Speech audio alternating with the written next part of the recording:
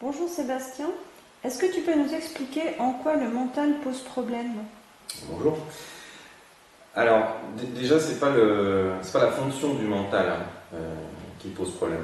L'outil qu'est le mental, comme les perceptions, pour qu'elles soient perceptions de nos cinq sens ou les perceptions extrasensorielles, tout ça ne pose pas problème dans un absolu. Mais effectivement, dans nos civilisations occidentales, on voit bien qu'il y a un problème avec cette fonction du mental. Parce qu'elle est perturbée, c'est ça. Donc, le mental pose problème parce qu'il est perturbé.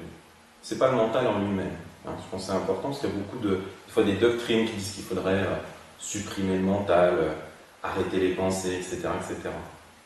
Alors les contrôler, oui, les remettre à leur juste place, oui, mais les supprimer, non. En tout cas, c'est pas ma vision des choses. Donc ce qui est intéressant, c'est qu'est-ce qui amène ces dérèglements dans le mental? La plupart du temps, ce sont les émotions. Est-ce que les émotions sont une problématique? Dans l'absolu, non. Donc pourquoi elles deviennent une problématique? Justement, c'est parce qu'il y a un mauvais rapport entre mental et émotion. C'est-à-dire que l'émotion devrait être remise à sa juste place, et ça, c'est une des fonctions du mental. Or, on ne nous apprend pas suffisamment à gérer nos émotions et à les remettre à la bonne place, on va dire ça comme ça, à la bonne proportion aussi.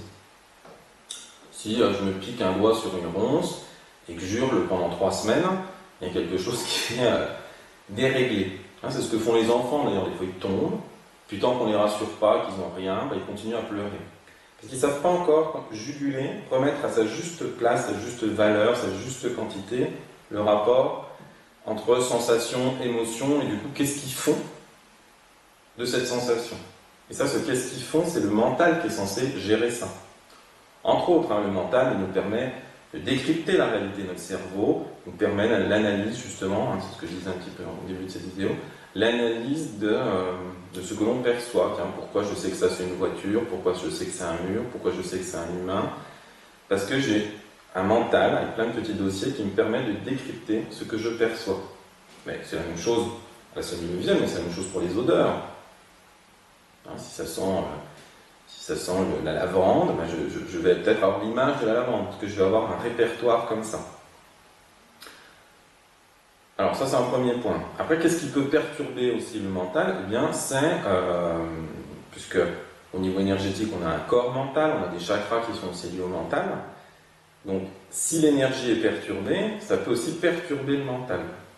Qu'est-ce qui perturbe l'énergie au niveau mental, en plus des émotions non conscientisées? Ça peut être l'alimentation.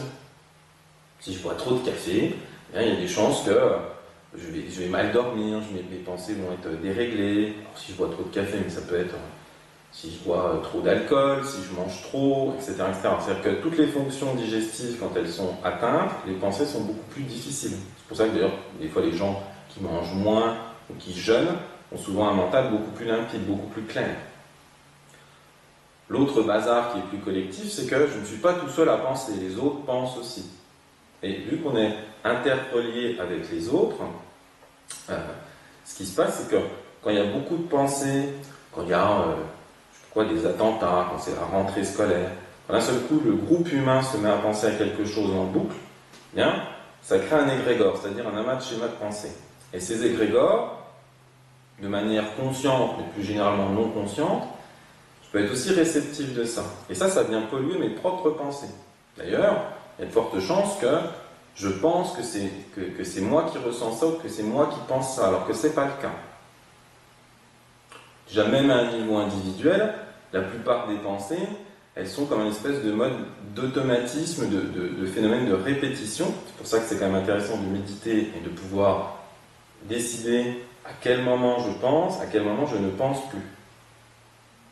Le truc classique que je dis souvent, c'est que la plupart des gens sont identifiés à leurs pensées. Ils pensent, je suis un garçon, je ne dois pas pleurer, je suis grand, je ne suis pas grand, je suis fort, je ne suis pas fort, je suis une jolie fille, je suis trop grosse. Voilà, on a tout un tas de pensées, tout un tas de croyances comme ça répertoriées. Mais en vérité, la plupart du temps, à force de penser, justement, il y a cette espèce de phénomène de répétition qui fait que ça ne s'arrête plus. Donc pour aller au bout de mon raisonnement, ça veut dire que quand quelqu'un dit je pense, donc je suis. Mais si on lui dit méditez, faites le vide, ben souvent les gens disent ben, j'y arrive pas. Les pensées continuent à arriver. Donc qui pense? Si ce n'est pas des pensées que je déclenche moi-même, n'ont pas forcément de sens. Ça veut dire que ce n'est pas moi qui suis générateur de la plupart de mes pensées. Donc si je suis identifié à ces pensées ou à ces croyances, conscientes ou non conscientes, et qu'elles ne sont la plupart du temps pas mon propre fruit, il y a vraiment un problème d'idée de qui je suis derrière. Si je ne suis pas mes pensées, alors qui je suis? Donc là on en revient aussi à un des aspects positifs de contrôler effectivement ce mental déréglé, c'est de laisser une place à, alors dans un premier temps au vide, à un espace vide.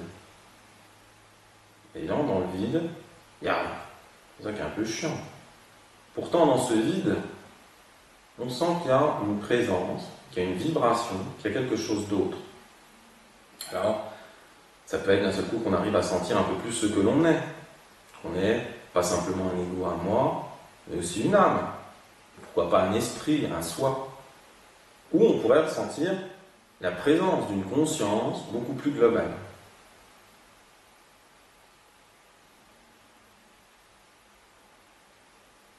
Je pense aussi qu'on est dans une civilisation du désir qui fait qu'on est toujours en train de courir après quelque chose et que ça nous met en ébullition aussi mentalement, cérébralement. Parce qu'on est toujours en train de courir après ce désir ou les moyens d'obtenir ce désir. Et ça nous entraîne dans je veux ce truc-là, comment est-ce que je fais pour avoir ce truc-là, et ça tourne en boucle. Un des facteurs, un des autres facteurs qui dérègle le mental, c'est l'organe de la rate, par exemple, hein, qui est très lié au rythme. Et justement, on est aussi dans une civilisation où on n'est pas à notre rythme, on est tout le temps amené à aller plus vite. Dépêche-toi, est-ce que tu as les dernières infos? Alors maintenant, on a toutes les connexions, on peut avoir sur son portable, on peut avoir toutes les infos, qu'est-ce qui se passe, qu'est-ce que machin dit, nanana. Bon, 99% du temps, c'est inintéressant et c'est le même truc que la veille. Ou rebadger, nouveau. Et tout ça, ça nous amène à ne pas être dans l'ici et maintenant. Alors je pense aussi que si on veut que cette fonction mentale reprenne son plein pouvoir, sa véritable qualité, il faut pouvoir la remettre dans l'ici et maintenant. Donc sortir de ce facteur de désir et de rythme qui n'est pas notre véritable rythme, biologique, psychique, et sortir aussi de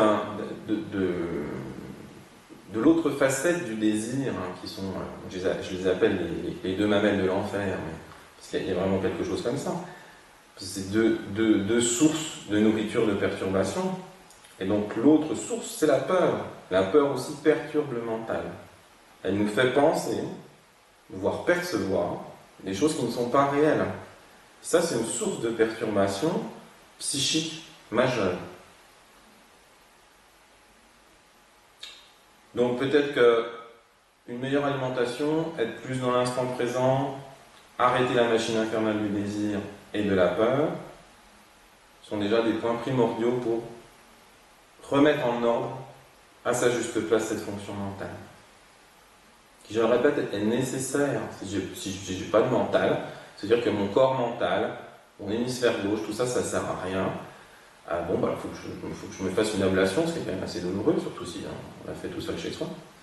Donc il y a quelque chose qui ne va pas. Si l'univers nous a créés comme ça, c'est que ça a un sens. Et ce sens du mental, je le redis, est un moyen de décrypter les perceptions, physiques et non physiques. Donc aussi tout ce qui est perception extrasensorielle, chose qui nous intéresse dans notre discipline et dans notre pratique du magnétisme mixte, mais pas seulement.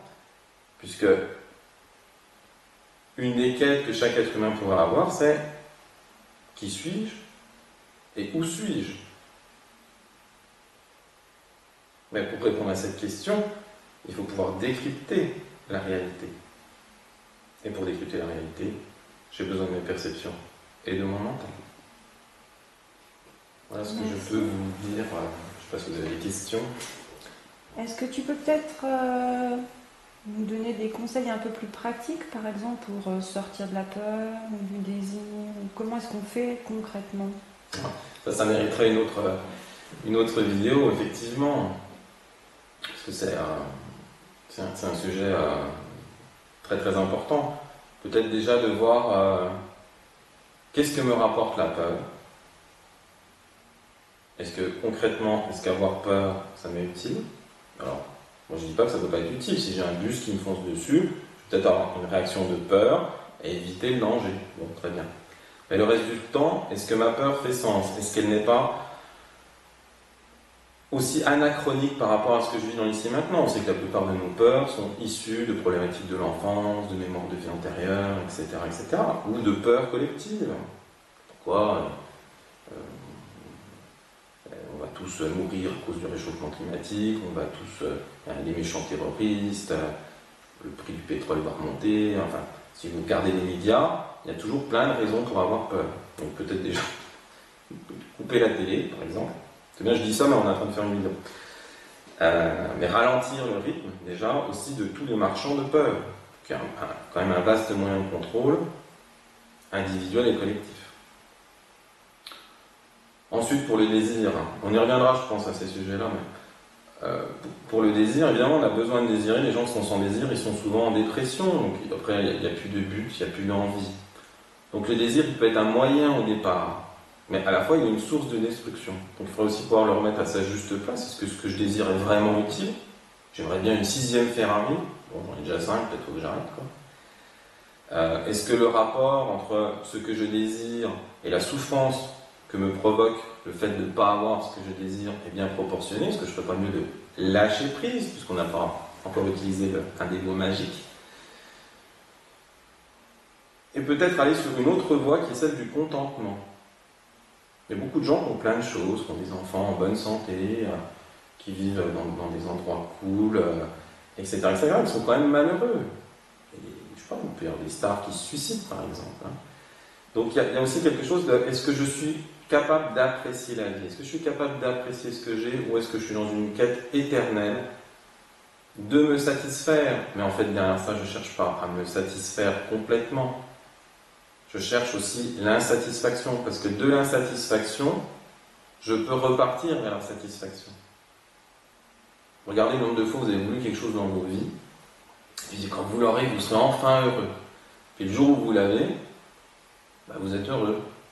Mais une semaine après, 3 semaines après, 1 mois après, eh bien ça se délite. Et puis vous voulez à nouveau quelque chose d'autre. Puisque vous n'êtes plus satisfait, vous êtes dans l'insatisfaction. Et c'est ça le piège, c'est cette espèce de satisfaction que provoque le désir, sous-entend que l'insatisfaction va suivre. Personnellement, je trouve ça fatigant, épuisant d'être pris dans ce truc-là. Donc je pense qu'il faut pouvoir lâcher ce désir de manière progressive et le remplacer par un contentement de ce que j'ai, mais encore bien mieux, un contentement de ce que je suis. Seulement, qu'est-ce que je suis? Est-ce que je suis un tas d'atomes qui descend du singe? Je paye quelques impôts, éventuellement je me reproduis et je meurs. Ça, c'est à peu près la version officielle. On peut être sympa entre les deux, on dit bonjour au revoir. Ou est-ce qu'il y a quelque chose d'autre? Ce fameux je suis. Donc c'est arriver au contentement d'être. Donc on retombe à nouveau sur la méditation, sur une capacité à sentir qu'est-ce qui est réel à l'intérieur de moi. Est-ce que je suis bien un enfant de l'univers? Est-ce que je suis bien un être immortel? Et si je sens ça, si je le perçois autour de moi, il y a une autre chose qui se développe. Ça s'appelle la félicité. Ce que je suis suffit. Ah bon, alors déjà, on vient d'effacer un gros problème avec le mental. Du coup, j'ai plus besoin de repenser sur ce que j'ai pensé, de ce que je vais penser. Vous voyez ? J'ai plus besoin d'être demain. J'ai plus besoin d'être ailleurs. Ce que je suis suffit. Ça ne veut pas dire que je vais me mettre en léthargie et être dans une grotte. Je peux rester dans une dynamique ou une non-dynamique. Mais que ça soit l'un ou que ça soit l'autre, ça n'aura pas d'importance parce que je vais tirer la satisfaction de mon existence, de mon état. Gros changement. Alors c'est sûr que c'est pas très pratique pour aller vendre des trucs après, quoi. Ça s'apprend, il y a aussi une pratique. Donc ça veut dire aussi consacrer un temps à être et moins de temps à paraître. Voilà ce que je peux dire aujourd'hui. Peut-être on aura l'occasion de revenir sur ce sujet complexe, le désir et la peur. Merci. Merci à vous. Merci.